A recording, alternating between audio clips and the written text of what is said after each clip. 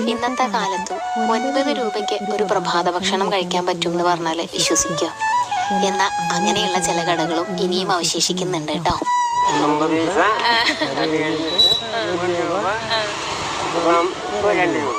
ഇതാണ് വിൽസൺ അപ്പച്ചൻ. ഈ അപ്പച്ചന്റെ കടയില് ദോശയ്ക്ക് 2 രൂപയും പപ്പടത്തിന് വെറും 3 രൂപയാണ് ഉള്ളത്. ഇതിന്റെ കൂടെയുള്ള കറികളൊക്കെ സൗജന്യമാണ് കേട്ടോ. ശരിക്കും പറഞ്ഞുണ്ടല്ലോ, ഇവരെ പോലെയുള്ള മനുഷ്യരൊക്കെ ഒരു അത്ഭുതം തന്നെയാണ്. പുലർച്ചെ 4 മണിക്ക് തുറക്കുന്ന കടയാണ്. 50 വർഷമാവാണ് അപ്പച്ചൻ ഈ കട തുടങ്ങിയിട്ട്. അന്ന് 50 പൈസക്ക് കൊടുത്ത ദോശയാണ് ഇന്നിപ്പോ വെറും 2 രൂപയ്ക്ക് കൊടുക്കുന്നത്. 2 രൂപയ്ക്കാണ് ദോശ കൊടുക്കണമെന്ന് വെച്ചാലും കറിക്കൊന്നും പിശുക്കില്ല കേട്ടോ. സ്പൂണൊന്നും ഉപയോഗിക്കണില്ല, അങ്ങനെ തന്നെ കവറിലേക്ക് ഒഴിക്കുകയാണ്. 70ാമത്തെ വയസ്സിലും യാതൊരു പരാതിയും കൂടാതെ എത്ര സന്തോഷത്തോടു കൂടിയാണ് ഇവരൊക്കെ ആഹാരം വെച്ച് വിളമ്പുന്നത് അല്ലെ.